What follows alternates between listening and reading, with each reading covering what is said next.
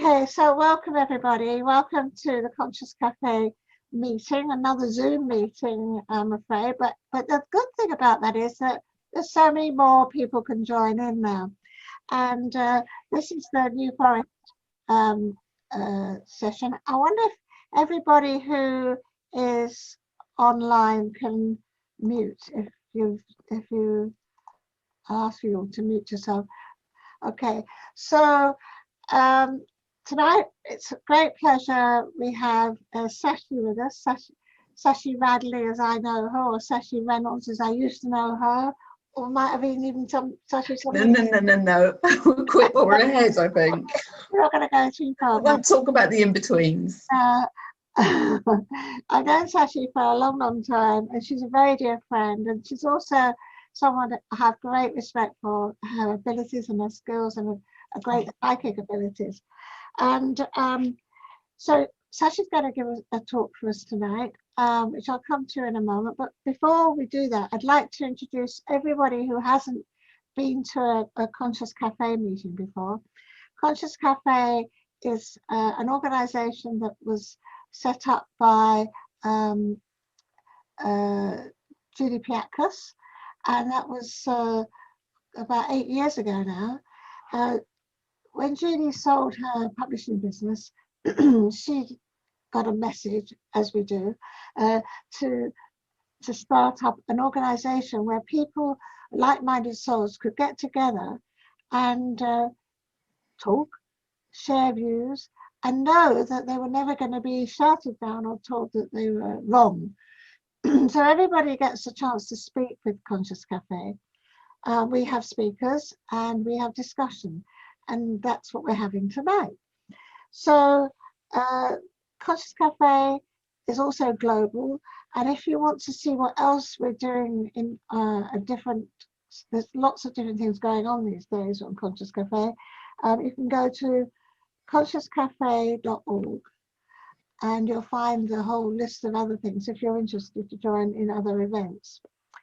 So there's only one other event coming up that I know of, and that is my own webinar on choosing abundance, which is on Saturday the 1st of May. And if you want to find out about that, you can go to my website, annejones.org, and I'm helping you make that choice for yourself and to attract the money in, the wealth in, the abundance of anything and everything that you want. So we're going to talk about, it's a good old favorite, isn't it? But we can't do this too often. So we have had some great results from this in the past. The last time I remember doing this before the one I did for the Japanese recently was in Hong Kong. And we had some quite startling results. So the next Conscious Café meeting is on the 10th of May, if you'd like to put that in your diary. I'm hoping it's going to be a lady in America talking to us about laughing yoga, because she has offered to, her name is Ellen, and she's the sister of a very dear friend of mine, Dr. Carey, was part of my charity when we were working in Zambia. He's a Medicine Sans Frontier doctor, and he and I started the charity that we set up in Zambia. We're still going strong, the charity. He's no longer part of it. His sister has offered to give us a free certified course on laughing yoga. And I said, that sounds wonderful, but I think it'd be absolutely fantastic if she could talk to us about it and give us some examples of the power of it beforehand. So I've asked her to give a talk in May. So we'll see about that. I'll let you know. So to tonight's speaker, the darling Sashi, bless her, thank you so much for having me. Oh yes, well, it's an absolute pleasure. And this is not the first time you've been a speaker for us, and I don't think it'll be the last. Sashi is she's an amazing friend, and she's also an amazing intuitive. And she's always been one of my more spooky friends, and I'm almost scared to ask her a question because she goes off into a little bit of an outcome. Truth, of course, always the truth. And so I was just explaining earlier that Sashi does several things. She does face readings and soul readings. Now, face reading is an amazing thing. She looks at your face and she's got you. She's got you. She knows all about you. It's a bit scary, really, when you think about it, but she does. And she's been a participant in my retreats, and a very popular one. And I'm booking her for the next one too, or next year. It's going to be next year. I can't be fiddled and faddled with booking and cancelling anymore, so I'm leaving it to next year now. But so, and also she does past life regression, and I really, really, really recommend you think about a session with her for that, because as I know in all my sessions, 9 times out of 10, the root cause of someone's problem goes back to a key lifetime, sometime back, maybe up to the one today, 17 lifetimes ago, and it held the key to the problem. And once we got to the problem where it all started, then we could unravel the energy that was causing today's problems. So past life regression, and as if that's not enough, she's a numerologist. And again, I was just saying, all the babies that are born in my zone, my goddaughter's babies, my friends' grandchildren and children, and all of that, I always ask Sashi to do a reading for them as their welcome gift. And I think it's very assuring for a mum to know that you know you've got an atomic scientist coming into the family or whatever. So that's always a lovely opportunity, a lovely gift. And now Sashi's also not on top of all of that, she's an author, and I've read her books and I love them, and I absolutely love the novels she's written, and she's in the process of writing 2 more novels, and it's very much around these novels that she's talking tonight. But she's also written a book, Unleash Your Inner Psychic. Have you got a copy of it there? It's yeah. Exhibit A. Exhibit A. Yes, that was everybody's Christmas present last year. Yeah. And that's a great book, and it's not too big, and it's a great gift. And it's interesting. Again, young people really enjoy that book. It's very simple and straightforward, and it does help them to work on your own gifts, which is always a good thing. So the book she's written, which is going to be the centerpiece of tonight's talk, in the sense that it's the things that happened to Sashi that got her to inspire her to write the book, is called Secret and Ritual. And have you got a copy? Exhibit B. Oh, yes, Exhibit B. And fantastic. I love that eye. Goodness knows who eye that is. I wonder whose eye that is. Who eye that is, yeah. As I saw it, I thought, well done. That's a great. So Sashi's going to talk to you now. I'm going to pass over to her. And I usually do a meditation at the beginning of the talks, but I'm being given a reprieve tonight because part of her talk is going to be giving you an experience as well, and giving you a run through of a process that she's going to share. Everything that Sashi does is through her higher self. So she will be helping you connect to your higher self and to your inspiration, so that you too can be an author of books and be dragged onto Conscious Café. So after Sashi's spoken and she's done any questions and answers that you may have, we're going to do the usual thing we do with Conscious Café, and that's go into groups, and we can share our own deja vu moments and our own special moments that we've had, and talk about the whole idea of taking something that you've experienced, no matter whether it's through a dream, through a past life regression, or just a flash of inspiration, and turn it into a book. Okay, thank you. Now over to you, my darling. Bless you. Very much. Thank you, Anne. Thank you for having me. I feel really actually quite honoured to be asked back again because personally, I'm still struggling with calling myself an author because I write, but I think it was you, Anne, who said to me not long ago, you're actually an author because people are reading it. So, and I know amongst us, there are probably an awful lot of other people who are authors. Liz has got a beautiful book out at the moment, which I'm sure she'll be able to tell everybody about maybe at some point. But basically tonight, the premise of what we're talking about is not necessarily about my books, but my journey towards writing them. And also the main subject matter I want to touch on is the therapeutic benefits of writing and of channeling your spiritual knowledge through writing. I'm a real firm believer that, as you probably all are, that we're all on a journey and we're learning all the time. And sometimes I find myself very frustrated with, I feel like I've hit a brick wall, and I ask myself the question, well, why am I actually here? Am I going along the right path, or have I sort of dipped off the path? And what I've found is that by putting pen to paper, sometimes the answers come. In fact, often the answers come. Anne was kind enough to say that I'm quite intuitive.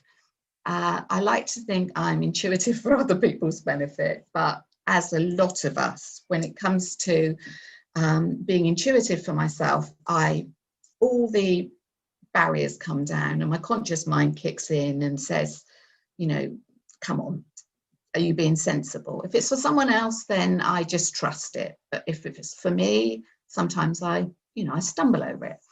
So, yes, so as Anne said, I'm a face and soul reader and a soul numerologist. And tonight I want to talk about how I channeled my awareness. I've had a lifelong awareness of other dimensions since I was very small. And maybe some of you who I've spoken with before are aware that I had a childhood illness when I was 3, and I had encephalitis, which caused inflammation of the brain. And I was in a coma for several weeks in hospital, and nobody was really sure if I was going to recover.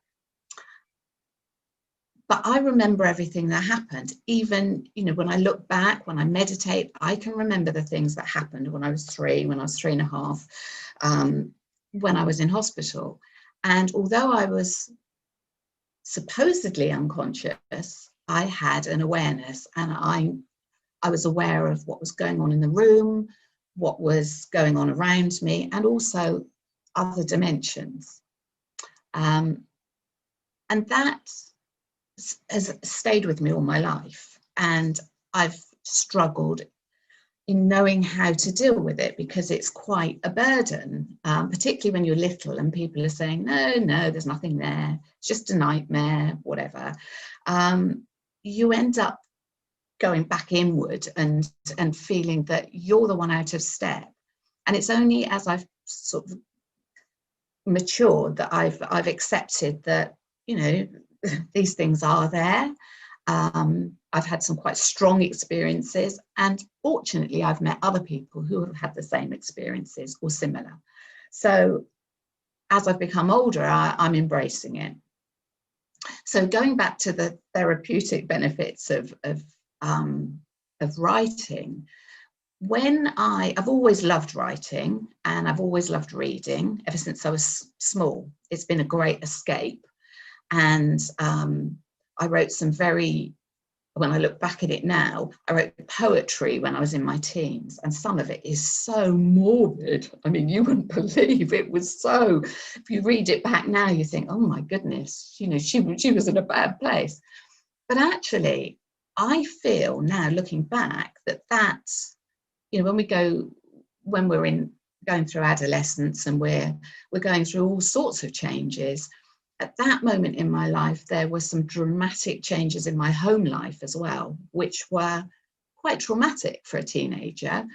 And my way of dealing with it was to write poetry, albeit very dark poetry. But I believe it did help me. And when I moved here, which was 10 years ago, I moved to Dorset, previously having lived in Hampshire. And I think that's when my road to becoming an author was triggered, when I moved here. We looked all over. I mean, we looked in every county you can think of. And at no time did my husband and I consider Dorset as an option, because it felt too far away from our family and our friends. But we came and we viewed a house which was, you've probably all been there. I was so sick of looking at houses. I just wanted somewhere to put down roots. And we came and viewed a house that was totally not what we expected. It was everything that wasn't in our tick boxes. But we humoured the estate agent, came and viewed it, and I knew we had to live here, even though it didn't tick any boxes. And from that moment on, we did a lot of wandering around and travelling to local ancient sites. We're not that far from Badbury Rings.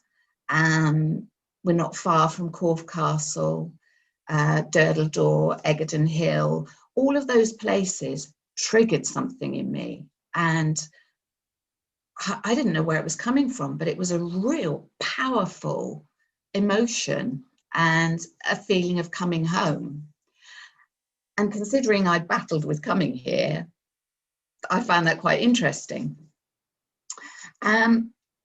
So yeah, I would regularly go wandering, but Badbury Rings was the place that really struck a chord with me. And while I was walking at Badbury, I suddenly became aware of this waves of deja vu of, I know this place. And yet I also know I've never been there in this lifetime. I just knew it intimately, and the smells, the everything about it, the landscape. And I even remember feeling the landscape had changed since I knew it, but it hadn't changed that much. There was some woodland where there wasn't before, and there was no woodland where there had been. But I just found myself disappearing into this almost like a story state. So the story was unfolding within me of who I was, what I was doing there, how I'd lived, who else had lived there. And I was so blown away by it that I came home and got on the computer and started to write about it. Now, it wasn't intended to be a novel. It was intended to be just me getting some thoughts down.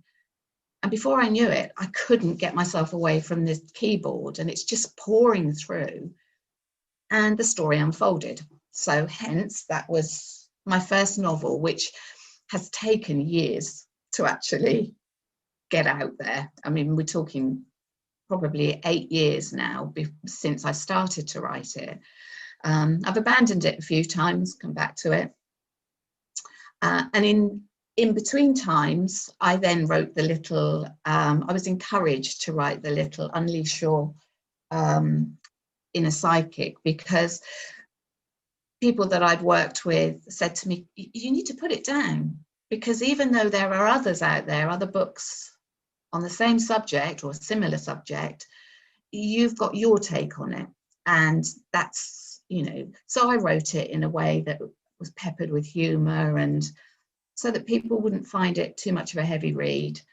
And then once I'd finished that and got it out there, suddenly it started to flow again with the novel. So here I am, a few years down the line, in the process of finishing the second one.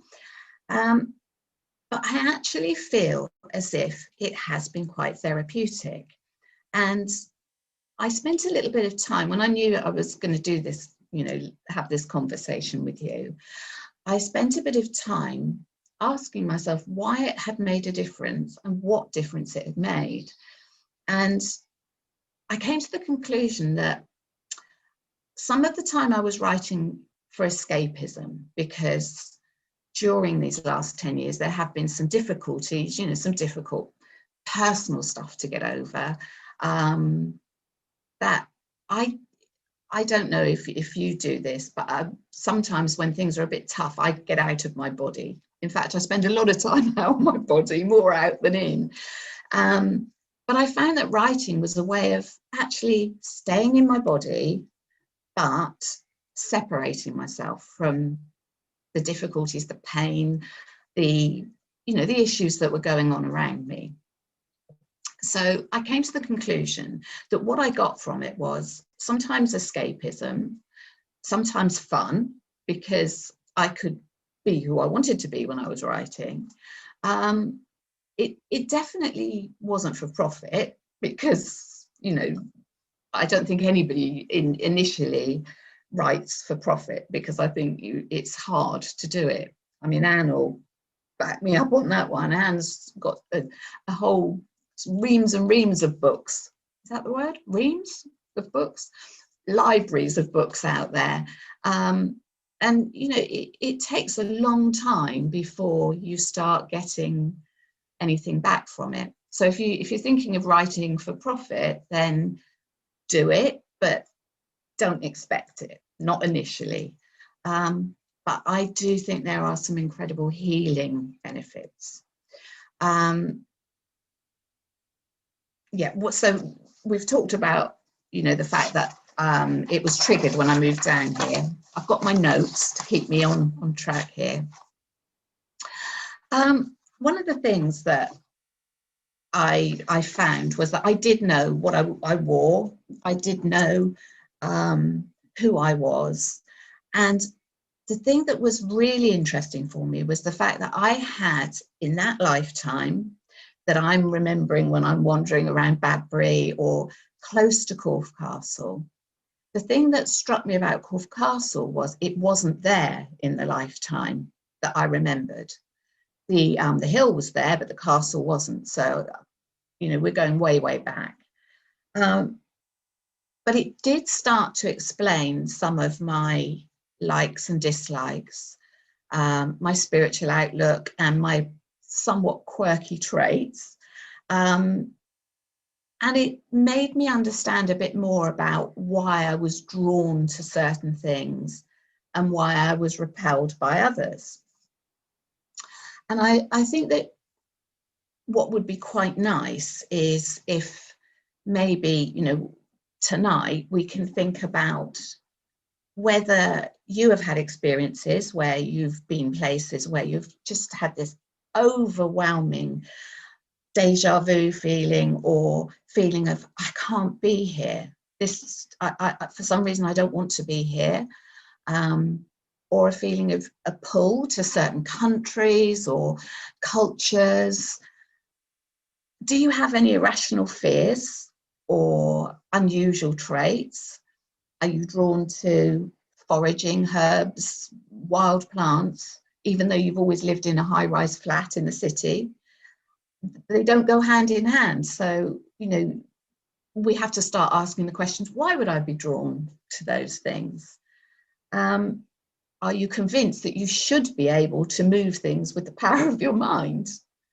Because when I started to write my book, the things that I was seeing people doing in the book, I sort of knew that people could do that, and that we could do it again.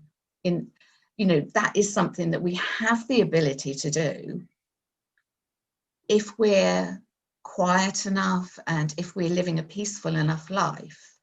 We can get in touch with those other dimensions and channel that that old historical energy that we had in former lifetimes. So, you know, maybe some of you have an affinity with astrology or tarot, crystals, even though you were brought up in a very strictly religious environment. I mean, that in itself, again, is a conflict in sort of, in interest, really, because, you know, I had one parent who came from a very religious background, which made it very difficult for me to accept that I had this quirkiness and this knowing. But the other parent came from a background of druids and bards and very spooky bunch that were always dancing around stones, and I think I've probably got a bit more of that in me than the other. But, you know, I wonder how many of us could unfold, because we're on this life journey of soul development. I wonder whether we could speed up our development by tapping into channeling spiritual information, tapping into former lifetimes and who we were and what we were able to do in those lifetimes. I just feel that somehow that my vibration, my light has got larger since I've been writing. And I don't know whether that's just, it would have happened anyway, or whether writing things down has helped. The other aspect that we come across with writing things down is the healing side of things. I know that Anne and many of us here in our work, one of the things that you encourage people to do, if they have something they need to get off their chest and they can't say it relationship-wise to the person, we say, well, write it down, write anything you like, you know, be horrid, be sweary, be angry, anything you want, and then burn it and let that energy go. And it does make you feel better. It's incredibly healing. And you may not notice it straight away, but within weeks and months, you get to a point where you think, oh, hang on a minute, I haven't got an issue with that person anymore. Or, I mean, one of the things I've got that is I've always felt it was an irrational fear, is I've got a fear of, you know, those long corridors that you sometimes get between tall buildings and shops. And during lockdown, where a lot of the shops have had a way in one side and a way out the other side, I didn't realize I still had this sort of almost irrational fear of going along narrow corridors. And recently I had to go to the pet shop locally, and you have to go along one side of Wilko to get to it. But it's a huge, long, narrow corridor. And I realized I couldn't walk along there on my own. Now, logic says, you know, if it was dark and, you know, middle of the night, then it probably wouldn't be the place to go. But it was broad daylight, loads of people around. I really couldn't go along that corridor.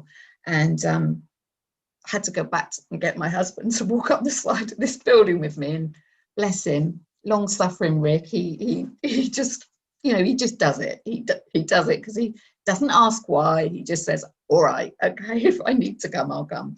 But I don't have any living memory of anything iffy happening to me in a sort of a long corridor. But I used to get recurring dreams about a lifetime where I used to go sleepwalking, and it was in Victorian London, and I would go walking the streets in my nightie and bare feet. And I had this dream that I was, on one occasion, because I always used to wake up before I found out what happened, and then on one occasion I dreamt that I was abducted by these horrible people, and I was taken into a life that, you know, doing sort of dodgy things, living in almost in like under the sewers with other young girls, because I was a young girl, I wasn't very old. And I think maybe that's where that stems from, that fear of, because it in my dream and in my former lifetime, it was in tunnels, dark tunnels that were very claustrophobic and quite low to the ground. I mean, it could be that, it could be just my imagination, but I feel, and that came up while I was working out what I was going to talk to you about and reminded me. So that's something I'm going to have to do some work on. I'm going to do some writing on that, and I'll come back to you and let you know how it pans out. But I do think it might have something to do with that old dream. And I just think that if I were to sit and meditate on that fear or that phobia, I would be too nervous to relax into a state to get the answers. However, if I write in my journal, the writing process seems to calm something within me. And I came to the conclusion it's almost as if the actual writing process, the act of writing, creates a barrier between me and that fear. I mean, I don't know if that makes sense, but rather than accessing it through meditation, where because I'm very visual, I would be immersed in it, the act of writing for me creates a barrier. So it's almost like you've got a third person watching you. So I just feel that, you know, we can all benefit from writing down and expressing ourselves through writing. And the other thing that I thought was really, really interesting was that when I was thinking about, you know, how writing can help us, I was asking myself the question, you know, how does it help us? It can help you to feel better because you understand yourself more and your life experiences. So I think that possibly helps you to feel better. It also helps you to organize your thoughts. So if you're a bit overwhelmed, if there's too much going on, and you know, so you're not able to separate yourself from that. If you write, I know if I write, I find that it helps me organize my thoughts better. In the same way as, you know, some people turn to art to release their creativity and to release their stress. It helps you to empty your mind of negative or painful thoughts, helps you to confront your worries. If you actually put it down on paper, I mean, I don't know whether it is something you've ever tried, but if I'm really worried or I'm anxious and I don't know why, if I pick up a pen and start to ask my guides to give me some insight into why am I feeling like this? What am I fearful of? Straight away, I get answers. I get the answers like, I mean, it might just be a word. I might have, you know, betrayal or fear of failure or something like that. And the minute I get that and start to expand on it, just write, somehow it unlocks something, and it, you know, my guides or whoever is helping me channel that energy through, it becomes clearer and I feel less stressed about it. And it also you can do it to make sense of the behavior of others. It's not just your own issues. If somebody is, you know, behaving towards you in a way that's making you upset, by writing about it, sometimes that gives you clarity, because quite often it is a mirroring thing, isn't it? It's not necessarily them, it's normally coming from you, but you need someone to show you that, you know, they're pressing the sore spot. So by writing about it, it's helping you elevate your energy a bit and clear it away, and reevaluate maybe how you're being. I think that, you know, when we sometimes get these feelings of unexplained emotions like anger, sometimes we'll wake up feeling angry, and there's no real logic for why we feel angry. Something's obviously triggered it somewhere along the line. But if you can write about it, and it can help you moderate your emotional response to things and stop you kicking off over something minor. If you've got all your angst out on a piece of paper using a red pen, you know, get your red pen out across the page, you can feel that angst just sort of, so consequently it helps alleviate your stress. Apparently there was a British study into the psychology of writing, that when you write positive affirmations, you create positive emotions which trigger endorphins, and they help to alleviate stress and anxiety. Equally, if you write your negative feelings down, it's like overseeing your own personal counselling session, and you can improve your mental health. And my feeling is that, you know, get it down, get it out, and get it gone. And it does seem to work that way. And if you wish to oomph your brain power up, the suggestion is that you actually physically write with a pen rather than a keyboard, because it uses more motor neurons and senses than when you type onto a keyboard. Because I think when we type on a keyboard, it's almost like automatically driving your car. When we first start to drive a car, it's, you know, oh, mirror, oh, I have to do this, I have to do that. Eventually, we reach that point where it becomes an automatic thing. And I think that's the same with a keyboard.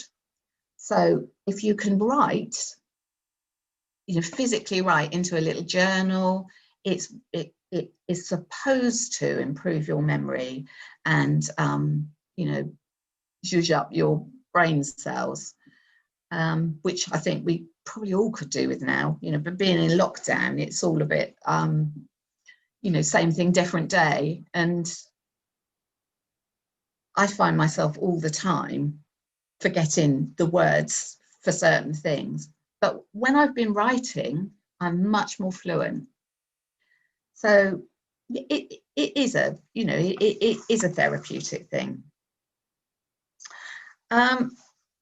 So there are many reasons for writing. They can be to, you know, write yourself a book. And if you are able to tap into a former lifetime of yourself, then it's great fodder for your book. It's, if you were to meditate on maybe who you were in that former lifetime, just ask the question, call in your guides, ask the question, well, who was I? Why was I there? What did I look like? And when you're writing, particularly when you're writing novels, it's always handy to create a character sheet for people so that you don't forget what your characters, you know, traits are when you're going through the book. I mean, I'm sure Anne has probably done this, given, you know, or have a mood board. If you can do the same with your past life character, write down who they were, what they looked like, how they felt, what happened to them, and why it happened to them. Firstly, you're doing some healing for yourself, because you may well find that issues that you have in this current lifetime have parallels. You may well have reached an age, where the same age as you were in that lifetime, where you had an issue that was unresolved. By creating a character and writing it down and putting it on paper, not only are you healing yourself, but you're creating, you know, a potential bestseller. You know, because it is going to be so authentic. It's going to be so filled with all the five senses, all the energy from the five senses. You know, you're creating something that's real. It's really tangible. So that's another thing you could use it for. what I find is that when I write, my inner light shines stronger. The whole process helps me to connect with the authentic me, regardless of what I'm writing about. And along the way, you access all the hidden corners that, you know, you can access the Akashic records and find out, you know, where next, why, or what happened before to make me this way. You can talk to your guides and get information from them. You can ask your angels, but you never know what you're going to end up channeling. You could end up channeling some undiscovered Charlotte Bronte novel that she didn't get a chance to write. I mean, you might just access that, which would be quite cool, or Mark Twain, or, you know, whoever. So it is a very powerful tool. So I feel that in the quietness of lockdown, we have the perfect opportunity to tap into the pool of our unique soul wisdom. And this is the perfect time to help yourself move along your life path and move towards enlightenment, or whatever you want to call it, but just to elevate the spiritual vibration of yourself. While we're in lockdown, we have the perfect opportunity, and we have the perfect opportunity to tap into whether or not we were a shaman or a Native American or an ancient Egyptian, and what our life was like and how that can help us in this current present lifetime. Because I believe there is so much information that it's just there to be accessed if we quieten our minds and take our pen and allow that information to channel through into the pen. And one thing that I don't know if any of you have ever done automatic writing. It's not everybody's cup of tea. It can be a little bit unsettling when automatic writing is basically where you allow spirit to channel words or messages through you. It can come from your guides, or it can come from people who've passed on, who have got messages they want to, send through. That's not everybody's cup of tea, and it's not always that comfortable. But it is quite powerful. And one of the things that I always say, that if you're going to do any form of spiritual writing, so regardless of where it's coming from, you're going to do any spiritual writing, if you start off with a nice blank sheet of paper in front of you and take a pen and write with your non-dominant hand. So if you're a right-handed person, take your pen or pencil in your left hand and just start by scrolling, doing circles or scrolling on the paper and letting it flow. And then get yourself connected. So your breathing is slowed down and you're connecting, you're calling your guides and your angels, and just keep going with your non-dominant hand. And what I find nearly always happens with me is I end up going into the infinity symbol as I'm doing it. And then at some point, energetically, I feel a shift in my energy field, as if my guides have stepped in, or I have an angel sort of coming into my sort of aura, ready to write. And then I swap to my dominant hand and I allow the writing to come through. And some of the information that comes through is incredibly powerful. Sometimes it's just pictures and images. But when you're in that state, if you feel confident and you've called your guides and your angels in and you've got your protection around you, you can ask all sorts of questions about if you know you're talking to your guides, your spirit guides or your guardian angels, ask them how you deal with an issue you have. Where do I go next? What do I do?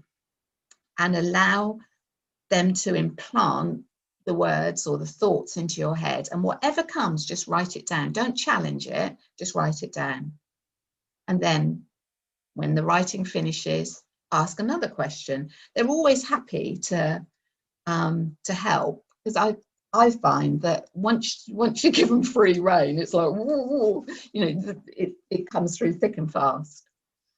But you can find out an awful lot about yourself as well, and that's quite powerful.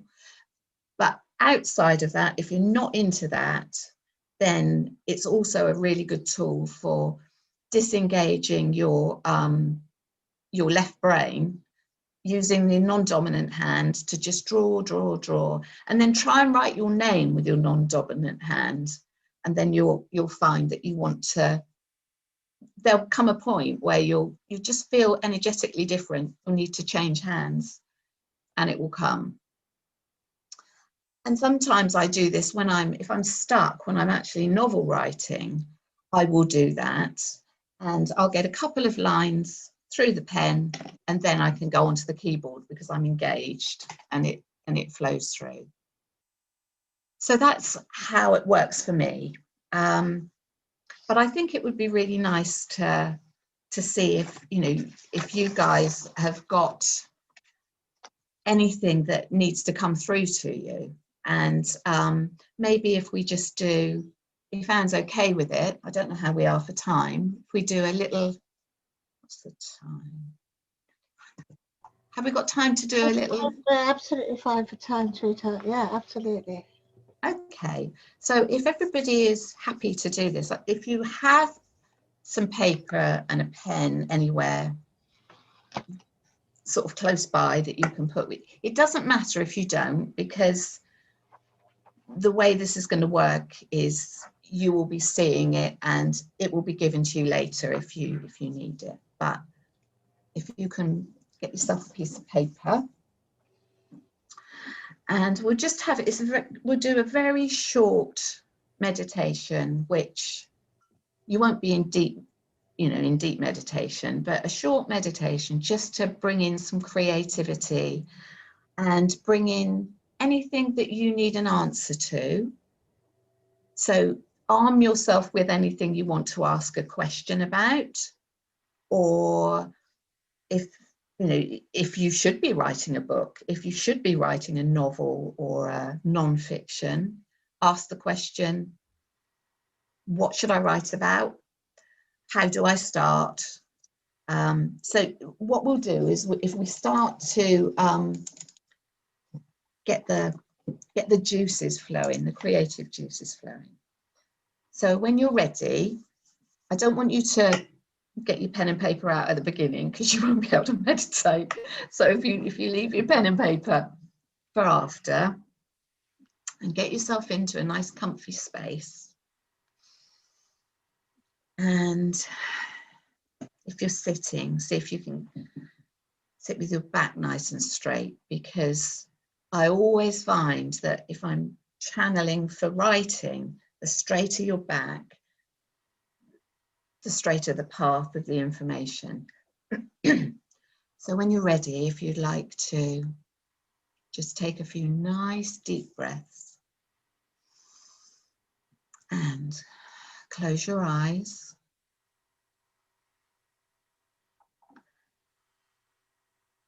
And breathe in deeply.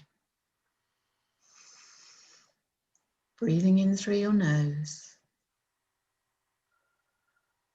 And breathing out through your mouth. And letting go.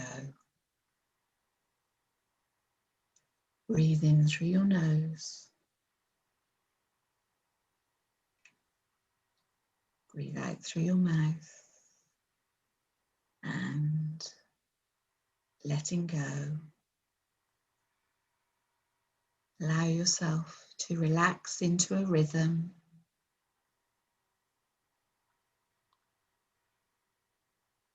And the next breath, work on breathing in through your nose, out through your mouth. And as the breath leaves your body, see it going into a figure of 8. So as you breathe away, curving into a figure of 8, and as you breathe in, curving into a figure of 8. Perfect. Breathing in deeply, breathing in peace and relaxation. Breathing out and letting go. And as you continue to breathe, see your breath in a beautiful figure of 8. And at the point where the breath crosses in the center of your figure of 8, that is where you store your pool of wisdom.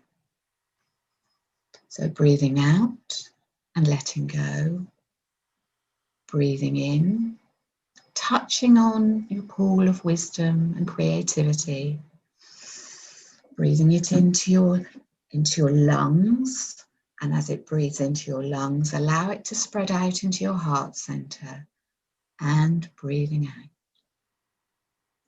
Breathing in, peace, touching on the pool of wisdom and creativity, bringing it into you, into your heart center, breathing out and letting go. So as you calm your mind, continue to breathe slowly and calmly, and open your heart, and we're going to summon your primary guardian angel. We're going to call in Archangel Michael to wrap his wings around you. So knowing you're in a beautiful, safe space, open your heart and allow your guardian angel to fill it with love and peace. And your guardian angel is going to open a harmonious channel for you. Only the purest, highest vibrational creativity and love and light is going to be channeled through your heart center. So breathing in,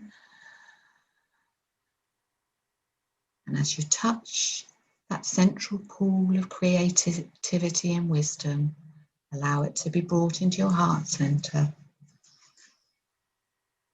And note that as you carry on this process, the light in your personal energy field at the end of this session will be higher in vibration and filled with spiritual information, which is always encoded in light. So breathing in deeply, breathing out and letting go. And I want you to imagine you're sitting in a beautiful golden temple. And this is the temple of the authentic you. This is where you go to receive your highest wisdom, the purest information, the purest knowledge. And while you're in this place, only the purest light and wisdom and creativity is going to channel through you. In front of you, I want you to imagine there is a candle flickering in the light, sending glowing images all around you. And as you Smell the wax of the candle and see the candle flickering. Take a few moments to feel the presence of your guardian angels and your guides around you. And if you have a question that you need answered or you need clarity on, it can be anything.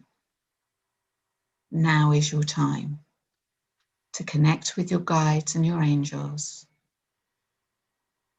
And Archangel Gabriel will step in and help translate that information back to you.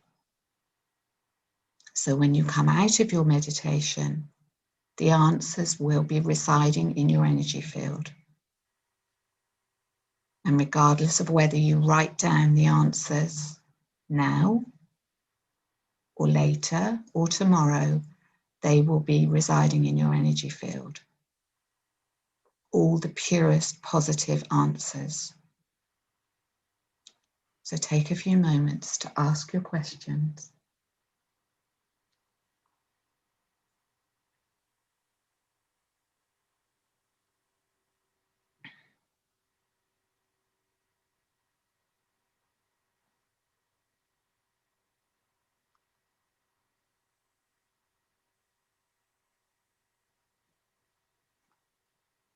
And know that if you don't feel you have enough time to gather that information, it will be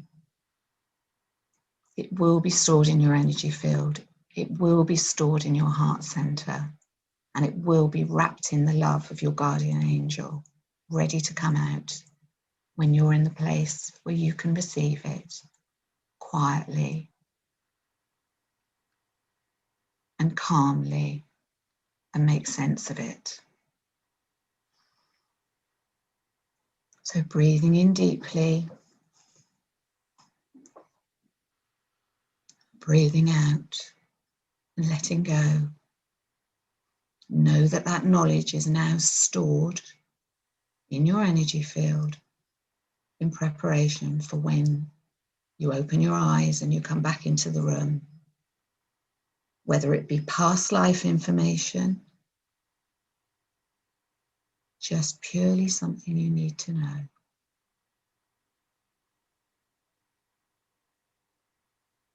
It will filter through when you need it. And you know that information will be cocooned in angelic, pure, golden, healing light. So in a few moments, when you're ready, take a few deep breaths and then start to become aware of being back in the room. You take notice of the chair beneath you, the ground beneath your feet, and you're back fully in the present in 2021, back at Conscious Café, ready to write the world's next bestseller or answer all your questions.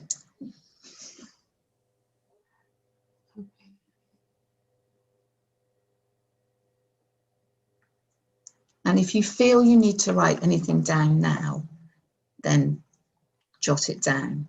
But don't feel under any pressure because it will come to you later.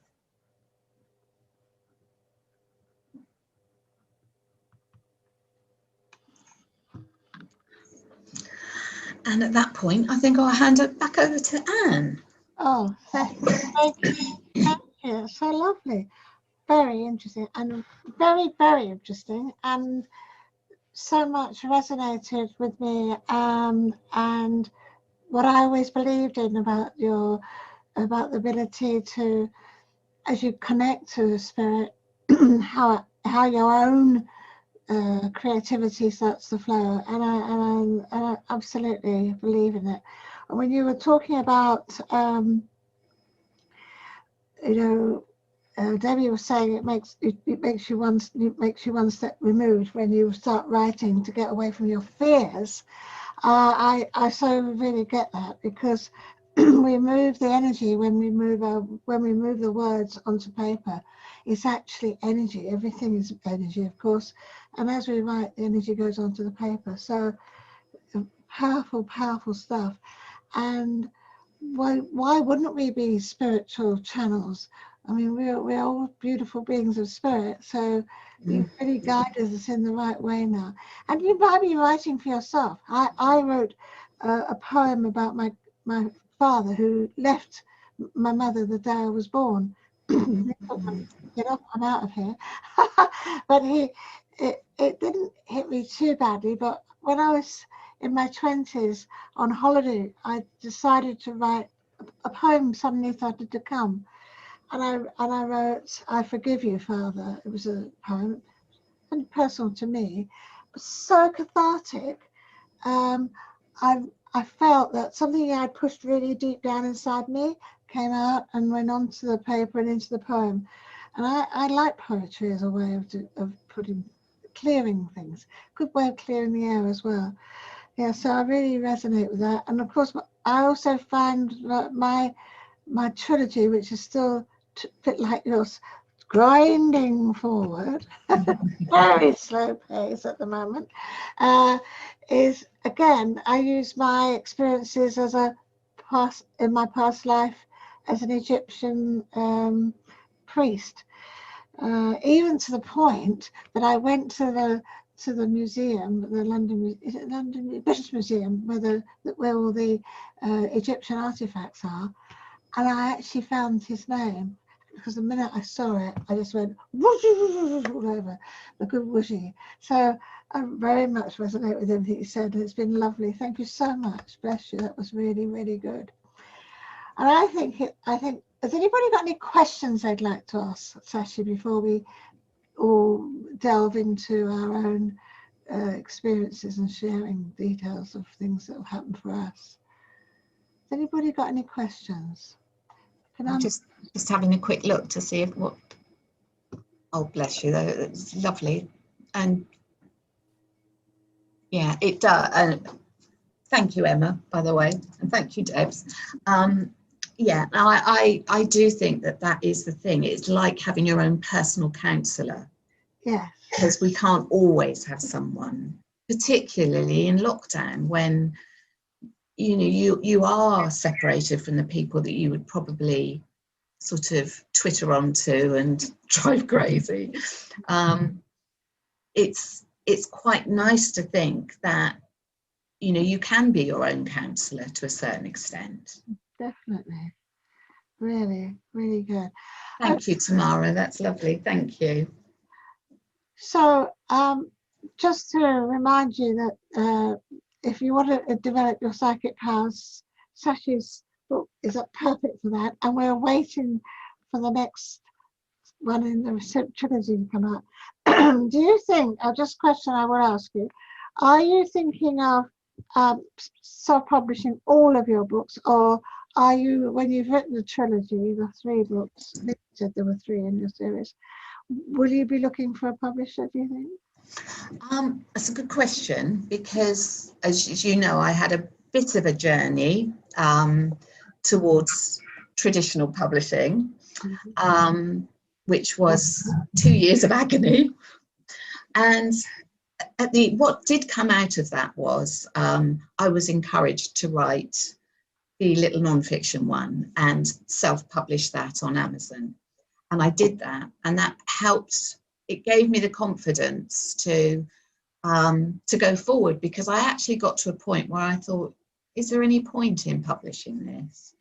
I do feel that when I get to 3 in the pot, the trilogy, maybe I'll think about traditional publishing again. Whether or not that would be considered, because I have self-published through Amazon. I know some publishers will take you on, and particularly if you get a following. So that. Yeah, where you're following. But the bottom line for me is it was never really about being published. It was more about achievement. And I wanted to write the first book for my dad. I wanted him to say, "Oh, you clever girl, well done." Sadly, he passed away just before I published the novel, but he did actually get to see me, you know, the non-fiction out there, and he was very proud and used to say to everybody, "Oh, my daughter's an author." Oh my goodness, I've put out this little, you know, this little spooky book. He wasn't quite so forthcoming when they asked what it was about. He'd say, "Oh, well, you know, it's quite sort of niche." Niche was the word he used, which is rather lovely. But I did feel a sense of achievement. And somebody once said to me, if, as a writer, if somebody said to you, "Yes, we'll publish your book, but we won't, your name will not be on it," how would you feel about it? Now, that's something that's quite a powerful thing to meditate on. I realized it wouldn't matter, because I would know I'd done it, and I would know I'd achieved it. Yeah. And there is something rather lovely about holding that book in your hand and feeling it and thinking, "Oh, I did that. Because I'm someone who is not particularly good at completing things. When things are about to get really good, I panic and I back off. I mean, Deb's will back me up on that, and you, Anne, you're always sort of both of you are always saying to me, you know, "Why don't you do so and so?" And I go, "Oh, I don't know. I don't think I can." And it's almost a bit of self-sabotage. But anyway, yes. So I will see. Thank you, Tamara. Yeah, thank you, Tamara. Thank you. Yeah, I'm whittering on now, but yeah, I think I might consider it, but it's not compulsory for me. I like the whole idea of just writing it for the sake of writing it, and it's the journey, because that stops you being put off by the big challenge of getting it in print.